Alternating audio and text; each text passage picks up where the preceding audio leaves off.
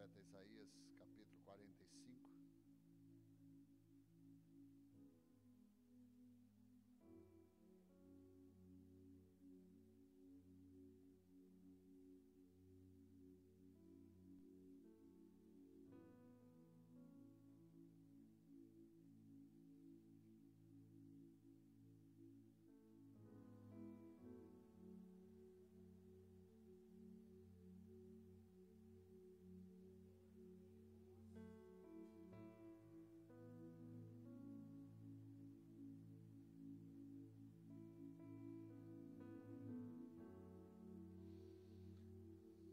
Deus me deu essa palavra agora de manhã. Eu não sei nem o que vai sair aqui, mas eu creio que Deus quer falar com a sua igreja.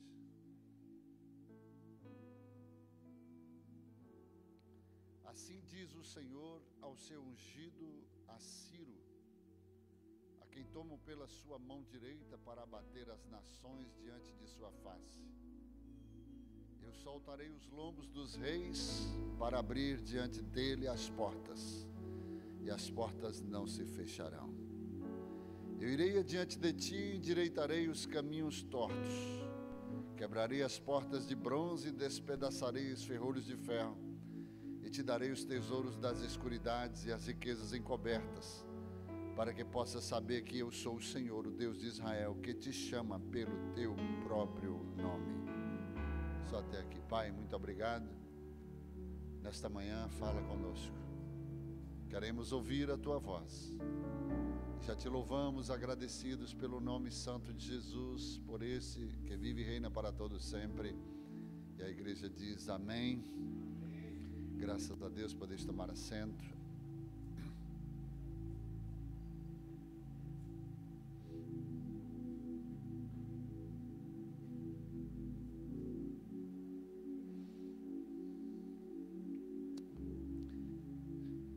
Eu aprendi uma coisa na palavra, que a palavra de Deus, ela é sempre dinâmica, ela não é estática, ela é histórica, mas também profética. Ela se cumpriu no passado e continua se cumprindo no presente. Ela tem aplicação, assim como a verdade ela é paralela,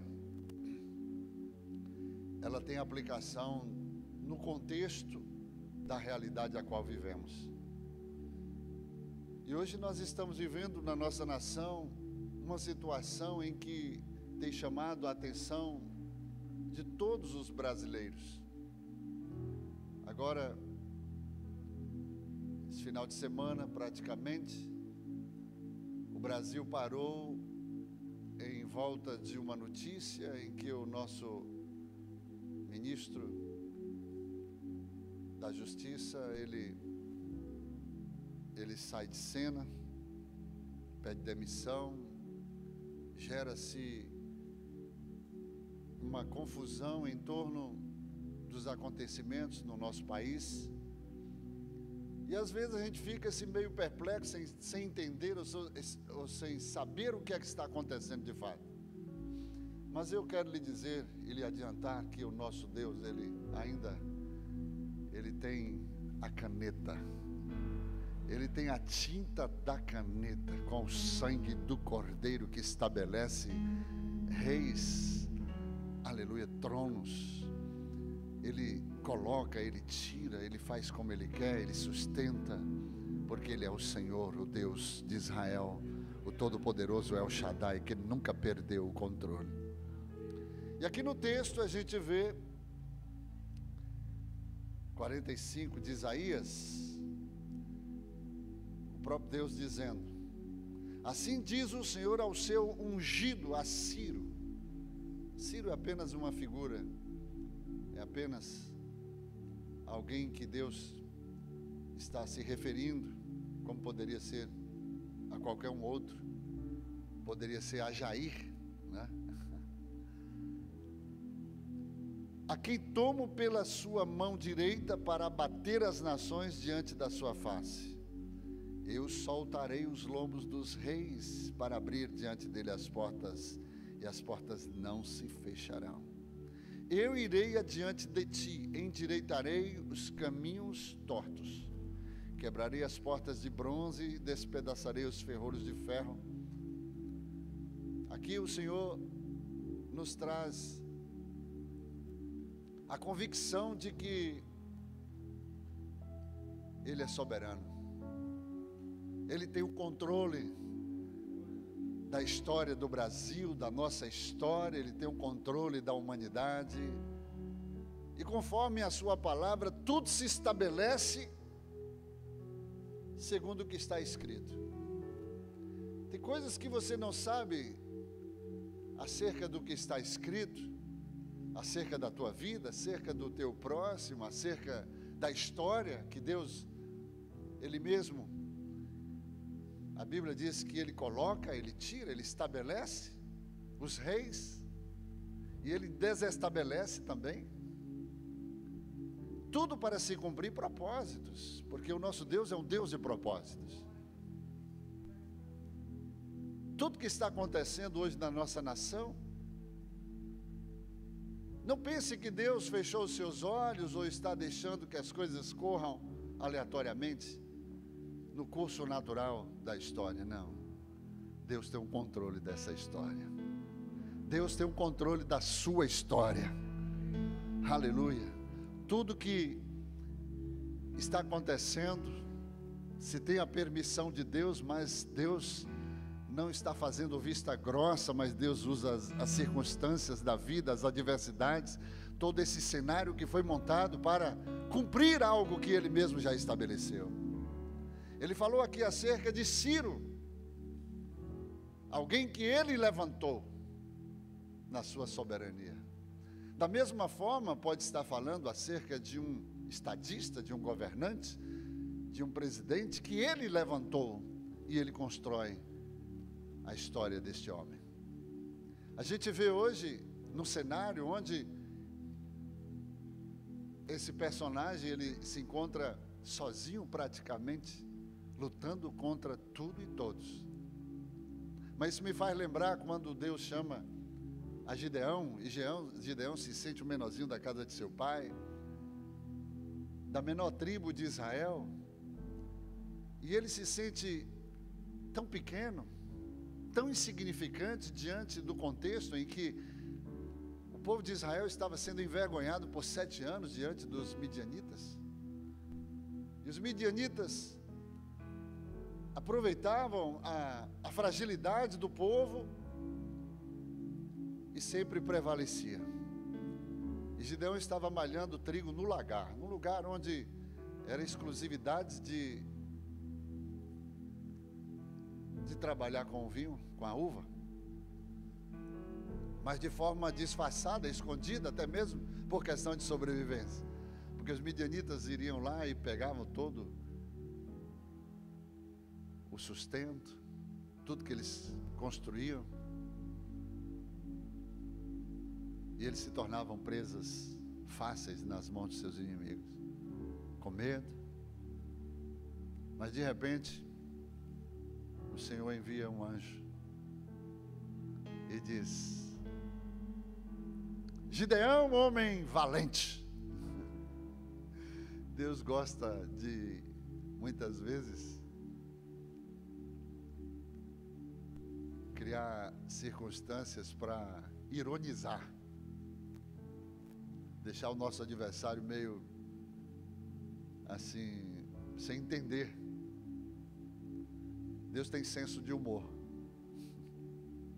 Ele pega as coisas pequenas para confundir as grandes. Ele pega as coisas que não são para revelar que grande nesta terra só existe um. É o nome poderoso de Jacó, o possante de Israel. Jeová Shabaoth é o seu nome, o Deus da guerra, que nunca perdeu uma batalha. Gideão, homem valente, valoroso, o Senhor é contigo. Espera aí, Senhor, você está querendo brincar comigo? Está querendo tirar sarro da minha cara? Deus gosta dessas coisas. Exatamente para se cumprir o que está escrito. Ele confunde os que acham que são grandes e levanta os pequenos só para mostrar que, aleluia, só existe um grande, é aquele que se coloca na vida do pequeno. Gideão, homem valente. Senhor, peraí, me perdoe a insistência, mas eu quero entender direito. O senhor não está brincando comigo não, né? Diante de um contexto, de uma realidade como essa, os inimigos estão nos devorando, estão aqui nos destruindo totalmente, nos subjugando. E o Senhor diz, eu sou valente ou valoroso?